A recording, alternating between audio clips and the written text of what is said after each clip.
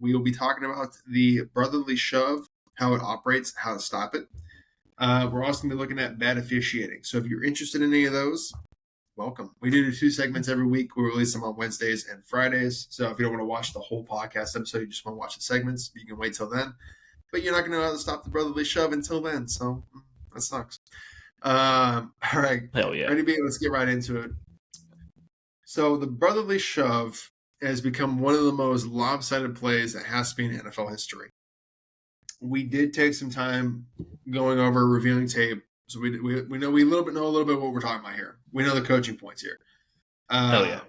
We reviewed it and we started off with trying to figure out what's the coaching points on this, because we've seen some outlandish explanations on why this play is so successful. It's because Jalen Hurts squats 600 pounds. No. It's because they just have the best O-line in the league. True, but no. They're just better than everyone else. See, it doesn't work for everyone else. It works for us. That's why we're great at it. No. Well, I mean, yes, but no, not why you think. So what we kind of found was through deep diving, tape watching here, was it looks like the way it works from an offense perspective. If you're coaching your team up, right, this is what other teams are missing and why it doesn't work for them versus it works for the Eagles. It looks like the basic strategy is you have your center guards fire out low and drive their feet. The minute they fire out, the second they fire out, the tackle wedges down behind the guard to get that extra push. So you're essentially taking on all 5 offensive linemen at once and being pushed back. That's why you're seeing these 3 D linemen and a linebacker get driven back and why it's not working. You're essentially getting blocked by the whole offensive line. They then sometimes will bring in the tight ends to try to help, or they'll have Dallas Goedert drive Jalen Hurts through. But essentially the key coaching points is it needs to be that wedge form. The tackles need to come right off the guards and drive forward. If that doesn't happen, you don't see as much push as you do, and the play looks really rough. Like there's one we watched where it's against Arizona where the tackles didn't come right off the guards and form the wedge. And they actually had to pull Jalen Hurts over the side in order to get him the first down and actually a touchdown as well. So that's the simplicity of the offense perspective. It's not about Jalen Hurts being able to squat any amount of weight. It's not about having the best line. It's all about the execution. Because if it's delayed at all, you're not going to get the drive that you need. But when you're collapsing in, it almost forms like an arrow. Yeah. Splitting the defense.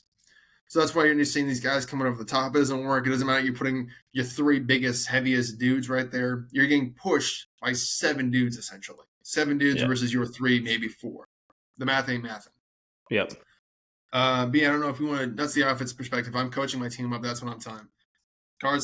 Center guards, fire out low, drive your feet. Tackles, the minute you see that head clear your knee, you're coming right down off of it and driving as well. If you're pushing them sideways, push them sideways. But you're trying to drive their butts forward as best as you can. B, what from the defense perspective, how do we stop this? What's your coaching points on this? Yeah, so on the defense, you usually see the same thing. You have 3-on-3 in the middle, right? You have your nose and then two tackles against their center and two guards. And depending on what formation the Eagles kind of line up in, because we saw while watching tape, they sometimes have the true rugby scrum where they have 2 of their up backs right next to Hurts, sometimes even 3 that we saw just right behind Hurts ready to push. Or sometimes they have more of what I call their spread look, where they might line up in a power I and rely on the fullback, I guess, to come up and push. So that kind of depends on how heavy that defensive front is. But usually see at least 5 guys on that D-line right there. Now, we saw the trick, though, from, I forget, do you remember the team that actually did it well against the Eagles? I remember off the top of my head. Yeah. I think it was the Bucs. Was it the Bucs? Yeah, it so. was. The Bucs had 2 defensive ends literally shoot that C gap, right? Because as we just said, on offense, the offensive tackles, they come down and they go right off the guard's butt and they wedge. But for a split moment, there's an opening between in that C gap where the ends can really just shoot down and get a nice angle on Jalen Hurts' legs. They kind of just take out his legs. So you have 2 ends coming down flat in that C gap.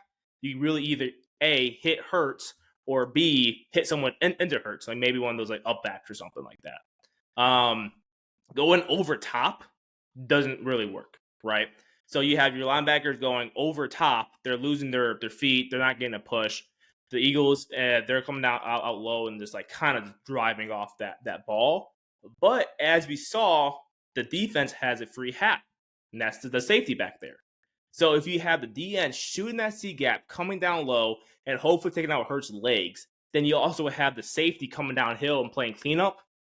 You could stop him. Now, you're probably not going to stop him every single time, but if you can lower the chances from 10 out of 10 to 7 out of 10 of getting a first down or a touchdown off that play, I think that's a huge win.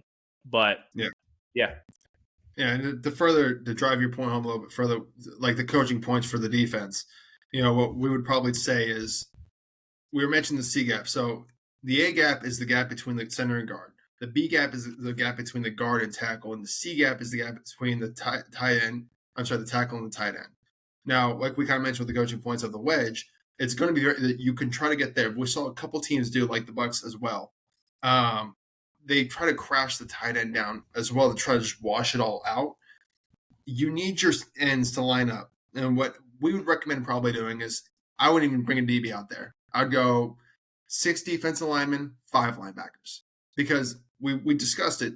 There's physically no way they can run a pass play. I know sometimes they line up Devontae Smith out there. They, I think someone mentioned they did. I don't know how they got away with it, but if your D line or your O line is firing out like that, like they have to, head down firing out, that's an eligible man downfield. You're only allowed to go a yard out. And these guys don't know it's a pass play. And you're driving 2 yards down the field automatically. It's an ineligible man downfield. I would just talk to them. Hey, you got to see that. Or B, they're able to. The D line, the O line's not going to be able to pass that. There's just no way in hell you're going to have your head between your legs ready to drive and shoot yourself all the way back to pass it. So you're going to have 7 dudes running right into Jalen Hurts' legs. So maybe they score, but you're really running a huge risk of injuring Jalen Hurts there. So I don't think you want to take that. So I'd run 60 linemen, 5 linebackers. And what we kind of discussed is the ends, and I do it on both sides, but one of the coaching points is it seems like Jalen Hurts either traditionally goes straight forward or slightly to the left. I don't think of the 9 or 10 plays we watched, I don't think he ever went right. It was either straight ahead or to the left. So I would probably load it up a little bit more on that side, but I'd go with the 3 down linemen. I want, my nose tackle and D tackles, head up, guard, center guard. I would have 2 backers behind him. I would still emphasize 1 guy jumping over. Low drive. Don't jump high, jump low. That way you can try to grab him and pull him back with some of your momentum if you can.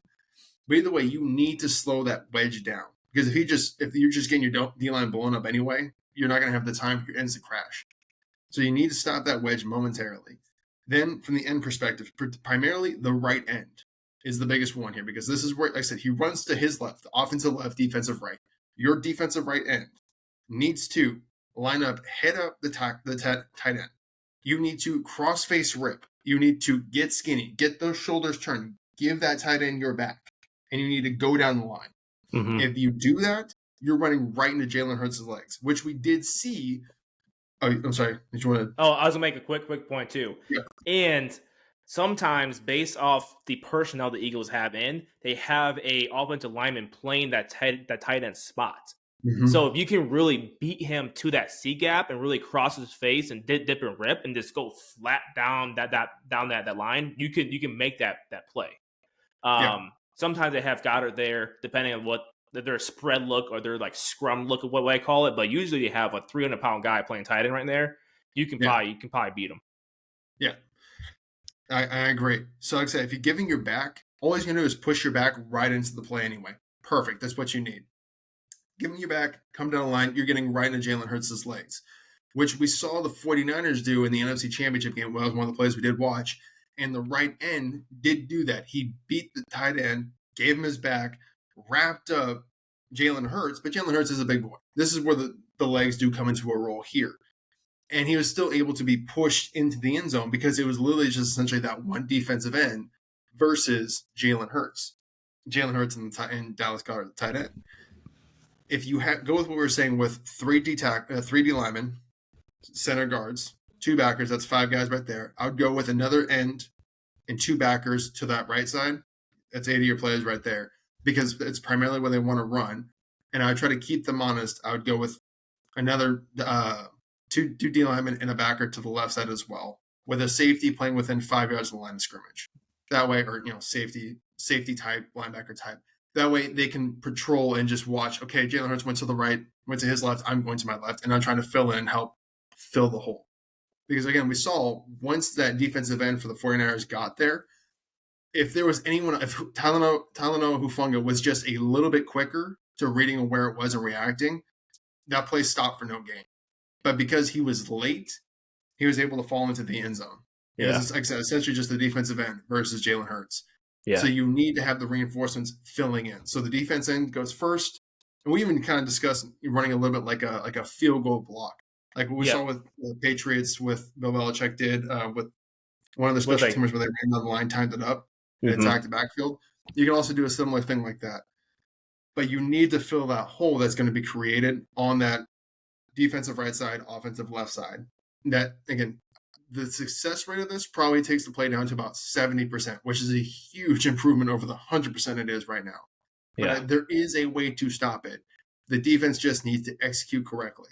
And it's never going to happen by attacking the middle. It almost seems like a bait, like they're trying to bait you into thinking, oh, yeah, you need to just load up the middle. If you load up the middle, you'll stop. You're never going to load up the middle enough to prevent it.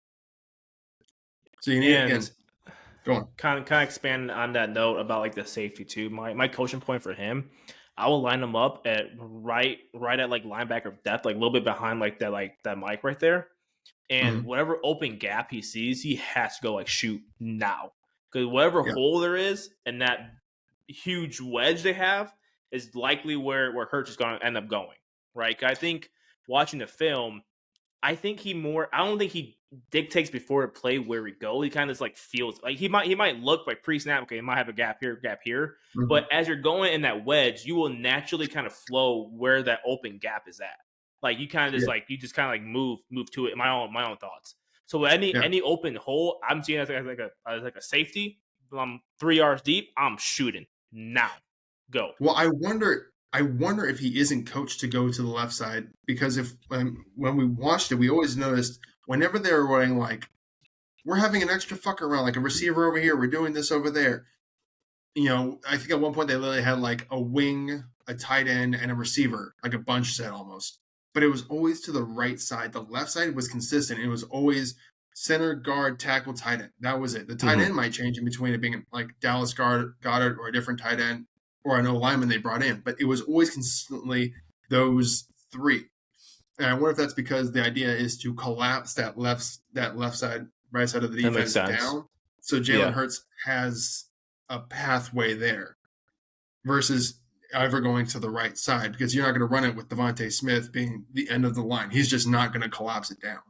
A.J. Brown, maybe he's a little bit bigger, but like I said, consistently they always had that left side of the line look the same. Center, guard, tackle, tight end.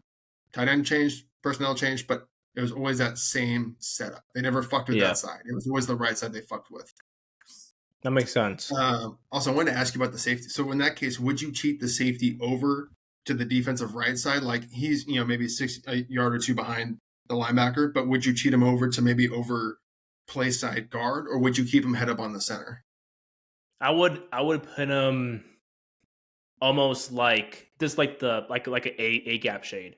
Like I won't put him head up, but that the right A gap right there. Yeah. I'll put him slightly over here. You know what I mean? That makes sense. He come downhill. You can come downhill and also scrape to the B, or even it never got out that wide, like the C gap. Usually, if it does out, try to think of that play where Goddard kind of pulled him in against the Cardinals. He kind of slipped in like the B gap almost. You can almost kind of scrape down if he like has to. But I would put him that play side A gap right there. Yeah, and that's a great point to bring that up because we saw with the Cardinals where Isaiah Simmons was lined up at the right end, and he almost did what we were discussing, but he just got washed down. I mean, he didn't seem like he would think he was even going to be in the play. He just got washed down, and Jalen Hurts was able to just roll right off his backside. It was, it's almost like he gave up the edge. But we noticed it in several other plays too, where like the edge defenders, they had defensive ends, outside backers, whatever it be, didn't even seem like they were participating. Like they were just kind of standing around like, oh, I guess we're here. And it's just Yeah. wild to us. Like they've lulled these teams into thinking, hey, your outside guys have nothing to do with this. This is all right here. When the reality is those outside guys seem to be making the biggest impact to stopping this play. Like they're the key. So I would Yeah. almost even load up a heavy front more to the right side. But again, Yeah. you gotta keep the wedge. You got to hold up the wedge long enough to make this play go off. So if they just immediately get your deal immediately just gets pushed back to linebacker's laps, it doesn't matter how hard your ends crash, you're never going to get there in time. Yeah. So I mean, you need go on. I would almost put him in that it's called like a 20, I believe, is the inside shoulder of that like guard. Mm-hmm. I'll put the safety like right there, like literally Yeah, right there, like linebacker depth, boom, just come right on the hill or can like scrape. yeah, I was gonna make another point too, if I actually forgot what I was gonna say. Never mind. yeah. But again, that's and I think that's what we haven't been seeing teams do. Teams seem to be convinced if they just go over the top, they'll get it, and they aren't because they're jumping too high. So when they finally land, you're just on top of the pile without your legs, and you're just getting rolled back anyway. Yeah. So to us, that makes the most sense. You gotta the key points for the defensive coaching perspective is you need your D tackle, nose tackle, two backers in the middle that are going to hold that wedge up just long enough. Your right defensive end needs to cross face rip, give him the back, get skinny, split the tight end tackle, and come right down the line. So your first step should almost be with your left leg rip down the line. You'll get the minute you do that, you're looking right at Jalen Hurts' legs. Go attack. Attack his hip, Yep. play through his hip.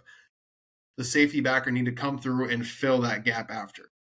And the tight end didn't seem Exactly. like, from what we saw, the tight end didn't seem like he wanted to participate after he got crossface ripped anyway. So that seems to be the most successful way. The offensive coaching points, it's very simple. Center guards, fire out tackles, collapse down, drive the pile, tight end, collapse down the tackle, push the pile forward. You're then putting all of the weight, all the force, the pressure of your entire offense on those three guys. And you're tricking teams into thinking they need to just load up more. You're never going to load up enough guys to do it. It's not about Exactly. Jalen Hurts' squad. It's not about having the best. You can do with an alliance too. It's just about the execution of it. Like I would want, as a defensive coordinator, I would want to try to force Hurts to spill it, like to come outside to that B gap, because that's what the it's designed for them to go up the middle. That's why they're wedging. They want to go up the middle. So the chinks in the armor is what you're saying. Like it's like the edge. You have to come flat and beat them to that C gap. And I'm putting like my big beef right there in the middle. Have like my backers there, and I want to get that perfect scenario where Hurts goes to his left, and then he gets stuck a little bit. Maybe he has to roll, like spin out to like the right or to that B gap, or I guess to like the left, I guess, and you having your end come right there, boom. Yeah, I just thought about this too. I might even. Oh, you could really fuck with him if you do this. Okay, sorry, this is gonna be on the fly. We haven't discussed this, so this is gonna be new information to you. So for me, if I'm a defense coordinator, D tackle, nose tackle, D tackle, right? Come off the ball, fire out, take that right leg, or if you're on the right side, left leg, corkscrew into the ground. I want you to twist that shit right into the ground. Get your shoulder right into the chest of that guard or center, and just hold him there. Keep that leg screwed down. I want two D linemen line up on the tackles. We're gonna get away.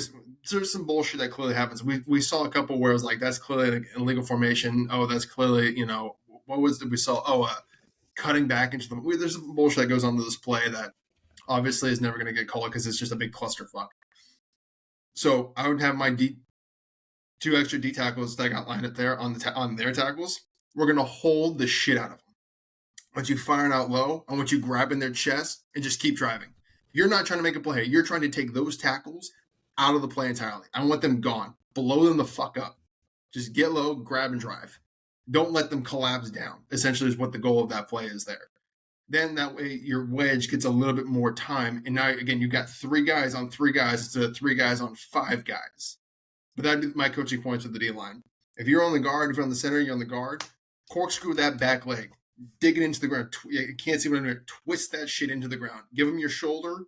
Now you've got your full weight, your full force to try to uproot that O lineman out.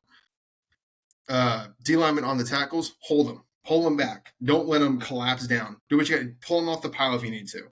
Because now, again, you're getting a bunch of beef off of your wedge breaker. Right. Defensive ends crashing down right off of that. That just seems that if you can do that successfully, if you can take those tackles out of the play, screw yourself into the ground to stop that wedge and collapse your ends, you may stop this play entirely. Like there may be literally it may drop down to like a 15% success rate. I think that would definitely work too against their spread look where they have the true tight end playing tight end. They have the I formation behind Hurts and it's relying on one fullback to push Hurts instead of their scrum tight look when they have like 2 or 3 guys back there pushing. Yeah, for sure. Yeah, because again, you're not taking a bunch of the beef off the pile. The tackle is no longer a factor. It's their 3 versus our 3. You have 2 backers lined up right there to shoot. And as long as, again, I would even tell the backers, just drive it. Just push it back. That's what your goal is. You're not here to make a tackle. You're here to just push it back. Our ends are ones that are going to be the stars on this play for a stat-wise. Oh, that would kill this play entirely. Holy shit. You like that would be so fun. Again, as long as you're not getting called for it. Huh? You're like, I cracked the code. I cracked the code. Well, as long as you're not getting called for it. That's the key thing. If you get called for defensive holding, well then, you're fine. But as long as you get within the chest plate, as long as you get within the chest plate, you're fine. I would take that anyways, because especially if it's one of those like goal line scenarios. I mean, sure, you get called for holding and like just half the distance, whatever, is a difference of like a foot maybe. And also too, the Eagles probably will score on the play regardless, right? So you really there's no like much risk involved. You know what I mean? Yeah. Like in my own opinion, like they're gonna score on it. So might as well try it. Yeah. Yeah, I was gonna say I'd be so curious to see a team actually do that. So like I said, screw yourself into the ground, pull the tackles off, collapse the ends, have 2 backers in the middle that are helping just push that wedge back. Yeah. So I'd go 2 backers to the right side that can collapse and fill the hole. 1 backer on the left side, just like a safety, like just in case they do push that, and then your safety that can scrape and fill as they're seeing it. Is he coming in? Okay, now he's going to the B. Okay, cool. Let me fill here. Right. Oh, that would be so. That would probably. I'd be excited to see a team do that. I think that's the cleanest way to end this play. What's cool too is it takes one team to kind of figure it out, because every team after that is going to just steal it and copy it. Yeah. Again, because you don't need special personnel to do what we just said. Any team that has a 350-pound D lineman, like they have 3 of them. All we're telling you to do is it's a common technique that's already taught. You're firing off the ball. You're giving the outside shoulder right to the chest plate, and you're screwing yourself in with that back foot and pushing off. Right? We've already seen a couple teams do it too. You don't need any special personnel for that. You don't need any special personnel to take the outside guys, hold them, pull them off the pile, drive them back, whatever you got to do. You're not here to make a play. You're here to just get that weight off the pile. And 2 defensive ends to collapse it. You don't need special players to do that. That seems like a repeatable formula for success that teams can do. For sure. I'd be really curious to see teams do that, though. Yeah, same. Well, see what happens. All right, guys. Let us know what you think. Do you think what we just discussed, the coaching points we just discussed, would be successful in shutting down the brotherly shove? If not, tell us what you think. What would you do? Leave a like. Give us a follow. We do this every week. We love having these kind of conversations, and we will see you guys next time.